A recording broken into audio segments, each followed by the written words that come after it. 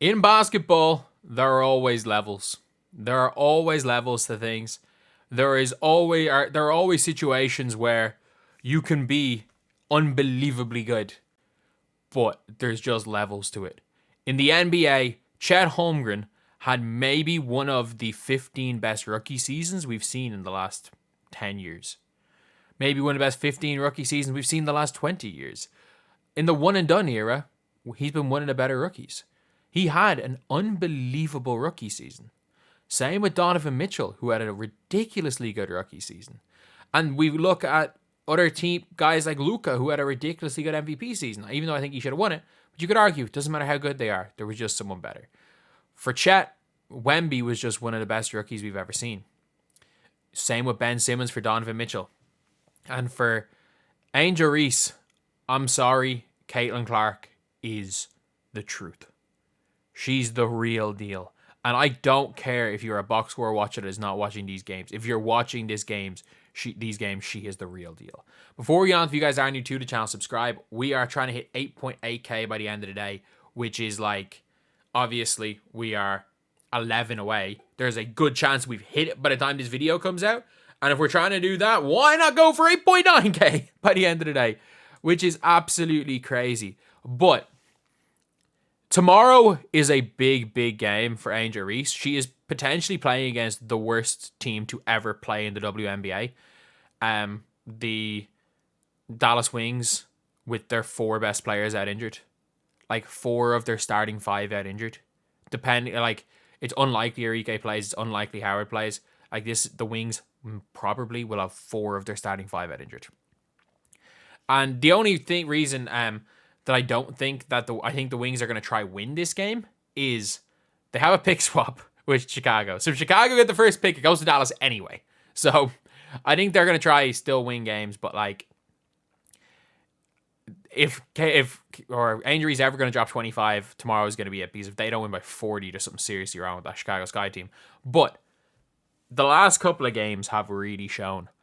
And this is because the Fever have actually kind of got their players into playing a role. They have an actual style of play that works. And a lot of people are still going to be box score watchers and be like, oh, Caitlin Clark, her teammates are holding her back and all this stuff. And it's like, her teammates are stopping her going out and getting 35 a game, but that's not how they're going to win games. Caitlin go stand in the corner is not going to win them games, by the way. Erica Wheeler -2. Caitlin Clark a minus when Erica Wheeler was on the floor. A +16 or something when Erica Wheeler was off the floor. The problem is Caitlin Clark is not a shooting guard. She is a terrible, terrible shooting guard. Especially when told go stand in that corner. She's terrible at that. And thankfully, her running the point, she is starting to run the show. And this is where you look at how she just does everything on the offensive end. On the defensive end, look, she gets her hands, she's very, very good at reading steals. She is still terrible at getting through off-ball screens. That is, on the defensive end, she's not even that bad an on-ball defender. She is the worst player I've ever seen in all my years of watching basketball at fighting through screens. She's genuinely terrible at that. But at the end of the day, why are we judging rookies by nitpicks? Players can have strengths, players can have weaknesses. But Caitlin Clark is a historically great rookie. Her stat line today of 18 points, 12 boards, 6 assists, and 4 steals has only ever been done 5 times in the history of the WNBA and never by a rookie. She already holds the record. They've played 16 of 40 games. She already holds the rookie record for most 15, 5, and 5 games. She already holds it. She already is tied, or she's won out Tamika Catchings in 25 and 5 games. And had the refs called a foul when she got ultra hacked, or had the Mystics fouled again late in the game with 7 seconds to go instead of letting the clock dribble out, Caitlin Clark would have tied the record through 16 games. And I get it. Obviously, this, the 40-game season is a new thing. So, in terms of, not even longevity, just in terms of totals, rookies now are going to blow out every rookie. Like Angel Reese, in the 40-game season, I think only first happened last year. So Angel Reese is going to break the all-time rebounding record for rookies. Caitlin Clark is going to break the all-time assist record for rookies. I think Caitlin Clark could break the all-time points record for rookies, honestly, if she plays all 40 games. Like, if she plays all 40 games and averages, what's she averaging, like 16 right now? Like, her averages are 16, 5, and 6. And obviously, she didn't block a shot today, so she's gone back under the 1 block a game. But, like, she's probably going to have a stat line by the end of her rookie season that nobody has ever had in the history of the game, in the history of the WNBA. Like, that is the craziest thing, is that there are no players that rebound defensively as well as her, that also pass as well as her, and can give you 15 plus a night. Like, she's averaging 16.3. Is Mitchell averaging more points a game? I think Mitchell might be averaging more points a game. No, 15.9. And Leah Boston is working her way up and is now at like up to 13 points a game. She's been exceptional. And I'll talk about the entire team soon. But I really have been spoke about, and my reasoning for, like, look, I think I'm going to be very, very wrong with my take. I think me saying Angel Reese is going to be Rookie of the Year, I'm confidently saying that might be the worst take I've ever made. But, look, Angel Reese has had one of the best rookie years we've seen in a long time. The way Angel Reese playing this year, she could well have won Rookie of the Year last year. I don't think she would have won the Ryan Howard year the year before, but she's had an exceptionally good rookie year. Especially, we have to also take into account, she was picked 7th. There are people that get picked 7th that get cut, and she's already one of the more important players for the Sky. But the Sky suck. The Sky really, really suck. And the Fever are starting to go on a roll. They're starting to... It doesn't even... For people like, oh, the Fever are only beating bad teams. The Sky can't even beat bad teams. So, it really is like just an unbelievably good rookie year. And the more I'm watching these games, and I will say it, her 2 best games have been tonight and the last game against the Sky. I watched the 30-point, like the stat line she had in that 30-point game against Washington, where it was like the best stat line we've ever seen. I watched the 30-point game against the Sparks. I've watched her games where she's had big scoring numbers.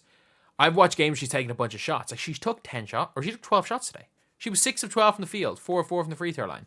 So, like, she's out here dropping near 20. Like, Caitlin Clark had 18 today. Kelsey Mitchell had 22 and Leah Boston 22. None of them took more than 12 shots. Like, this is a team where they're figuring it out quickly.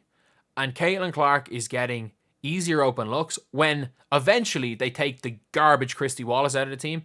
And if they just had somebody that could hit a jump shot, like if they genuinely just had someone that could hit a jump shot, they would be 100 times better. The 2-man game's working so well. Her and Leah Boston are going to free up each other the rest of the year. And I think Christy Side's in-game coaching is still at levels that I would call incompetent. But you can see by the way she's setting up the team tactically. You can see by the way the team's going out and playing. You can see by the way the team goes into games. Not like her adjustments in game are ridiculously bad. But you can see that she sets up her team well, at least for the game. But sometimes when you're playing against good coaches, they will switch up things and almost out-coach you. Whereas the Mystics coach is as bad as Christy Sides, if we're being completely honest. But yeah, she was exceptional today. And look, the best player on the floor was probably Ariel Atkins today. But Ariel Atkins is an Olympic champion. She's a multiple-time All-Star. She's one of the better guards in the league. She's probably going to be an All-Star this year. Like, Marina Mabry probably had been tipped to make it. I think over the last couple of games, Ariel Atkins has to be an All-Star this year. But Caitlin Clark is showing she is... Look, she's not going to do what she did in college straight away in the WNBA. But the fact is that everything other than the scoring is translating. It is translating. The passing, the pushing, the tempo, the rebounding, the all-around game is still there. It's still there. Like, and I've said it, when we talk about point guards in this league, and people are like, oh, but like Caitlin Clark's a shooting guard. Caitlin Clark sucks as a shooting guard. If you think Caitlin Clark's a shooting guard, you're not watching these games. Caitlin Clark has had really good games where she scored. Like, she had 18 points today. She had 16 until she was fouled. She could have had ended that game. Like, she had 16 points and 50% shooting. That I would still take over her 30-point game because I think she ran the show today. I think she is running the show from that point guard position. She's getting better. She's not picking up her dribble as much. You can see it in these games how much she's just freeing up space. She's dribbling through the lane. 4 people are collapsing on her. She's not picking up her dribble anymore. She's getting to the players. She's probably leading the league in hockey assists. She's using the gravity now to free up her teammates, and her teammates are actually, especially Alyssa Smith and Aaliyah Boston, are actually freeing her up. And when Temi Fagbenle comes back, be on triple-double watch with Caitlin Clark. That's all I'm saying. When Temi comes back, be on triple-double watch. She is, as far as guards are concerned, I've watched a lot, and I mean a lot, of WNBA games. I've watched almost any game that isn't at 3 a.m. I will have watched this year. And if you're telling me to rank guards in this league, like, again, Chelsea Gray at her best is the best, but like, we don't know what she's playing tonight, but we don't know what like shape she's in, how she's going to be after nearly a year out. But if we want to talk about like pure actual point guards, it is in the conversation is Sabrina, who plays there, was not a true point guard. Like Vandersloot's probably their actual point guard, but Sabrina's been playing there. Jackie Young. You've got Skylar Diggins-Smith, Natasha Cloud, and I'm just trying to think of other teams' point guards that are like actual just point guards. Because like Alyssa Thomas basically plays the 1. Like Van Loo starts at the 1. The Sparks, like McDonald, does Brown start for the Sparks? I'm looking through all these teams. I cannot definitively say, other than a healthy Chelsea Gray, and we don't know how healthy she is, that there is a better point guard in the WNBA than Caitlin Clark. There are better guards. Like, I think Sabrina right now is a better player than Caitlin Clark. I think Kelsey Plum is probably a better player than Caitlin Clark. I think Jackie Young's probably a better player. And you can debate all 3 of those. I don't think you're crazy for saying Clark's better, but I don't think she is. But I legitimately think, as a point guard, as a floor general, she is the single best right now. All dependent, by the way, just dependent on the health and how Chelsea Gray comes back. If Chelsea Gray comes back at her best, there's no debate. It's not Caitlin Clark.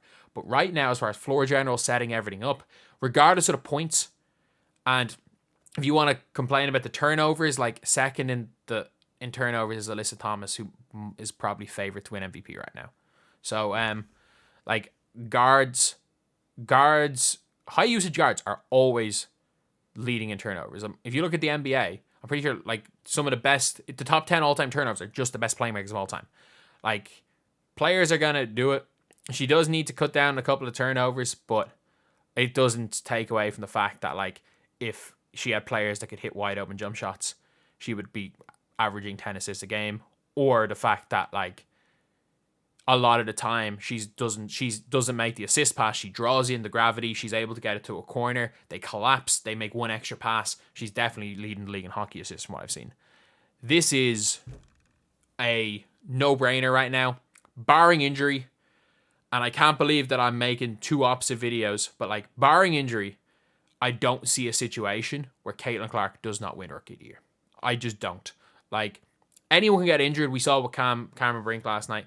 Barring injury, she could be... No, someone's going to vote for Angel Reese. And it doesn't deserve to be unanimous. Angel Reese has been so good, it doesn't deserve to be unanimous. But, like, she's just on another level.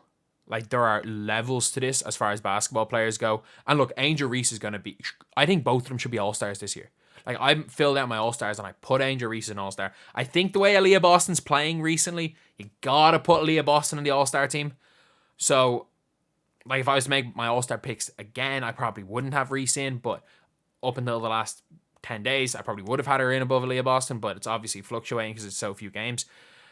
But at the same time, there's no ifs, ands, or buts about it. Like, these are 2 future Team USA players. These are 2 future All-Stars. We could be talking in a year's time, by the way, if Angel Reese gets any sort of a jump shot, this conversation might be like completely changed. If Angel Reese has an ability to just be any sort of a go-to scorer or space the floor a little bit, Now the debate between these two is back again. But right now, there are levels to this, and Caitlin Clark is a level above.